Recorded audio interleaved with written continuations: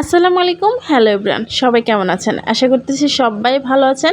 আজকে গিয়েছিলাম একটু ডাক্তারের কাছে, কারণ আমার বড় ছেলেটার একটু জ্বর এসেছে, তাই জন্যই বাইরে গিয়েছিলাম ডাক্তারের কাছে। ডাক্তারের কাছ থেকে একটা ওষুধ নিলাম, বা ডাক্তার আর কি বেশি ওষুধ দেয়নি, যেহেতু আজকেই জ্বরটা এসেছে তার জন্য অ্যান্টিবায়োটিক দেয়নি, একটা ওষুধ দিয়েছে। তারপরে একটা ওষুধ নিয়ে ভাবলাম যেহেতু বের হয়েছি একটু ঘুরে আসি। কেন জানি না আমার মনটা অনেক খারাপ ছিল, ভাবলাম যে কোথা থেকে ঘুরে আসলে হয়তো ভালো লাগতো। ঘরে থাকতে থাকতে একদম ডিপ্রেশনে যেমন পড়ে যায় মানুষ, ওরকম লাগতেছিল। যাই হোক, কোনো ডিপ্রেশন নাই, এমনিতেই মনটা খারাপ ছিল, তাই ভাবলাম ওই হিসেবে একটু ঘোরাও হয়ে গেল, আমার ডাক্তার দেখানিটা হলো। ওইদিকে আমার দুই ছেলে ডুল খাচ্ছিল, এদিকে আমিও একটু ডুল খাচ্ছিলাম।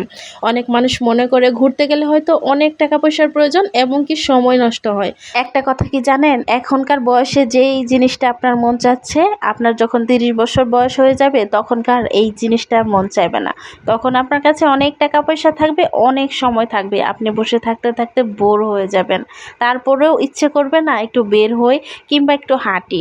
তাই আমাদের সকলেরই উচিত সময় থাকতে সময়ের গুরুত্বটা দেওয়া। যাই হোক, আমার ছেলেটা তো মহা খুশি, সে তো এসেই দৌড়াদৌড়ি বাজিয়ে দিয়েছে, কারণ এই জায়গাটা একদম খোলা মাঠের মতো, আর মাঝখানে মাঝখানে একটা বাঘ আর কি, হরিণ, এরকম আর কি জিনিস রাখা, আর জায়গাটা অনেক সুন্দর। এটা আমাদের বাড়ির পাশেই।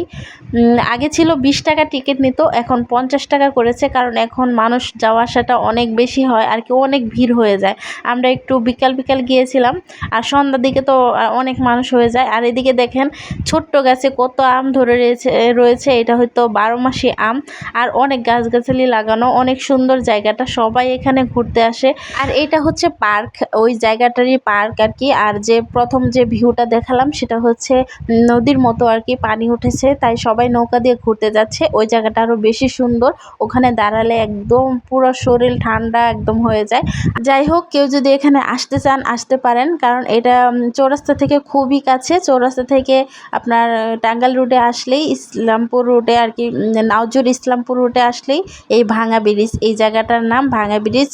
রিক্সাওয়ালাগুলো বললেই বলে দেয়। যাই হোক, সবাই ঘুরে যাবেন, জায়গাটা কিন্তু অনেক সুন্দর, অনেক সুন্দর। আর দেখেন দুই ভাইয়ের কাণ্ড কারখানা, ছোটোটা বড়টা যাই করে ছোটোটাও তাই করতেছে, আর দুজনে দাঁড়িয়ে বলতেছে আম্মু একটা ছবি তুলে দাও, তাই ওদের একটা ছবিও তুলে দিলাম। আর সবাই ভালো থাকবেন, সুস্থ থাকবেন। আজকের ভিডিওটা এই পর্যন্তই, যদি ভালো লেগে থাকে একটা কমেন্ট করে যাবেন। আজকের জন্য এই পর্যন্তই, আল্লাহ হাফেজ।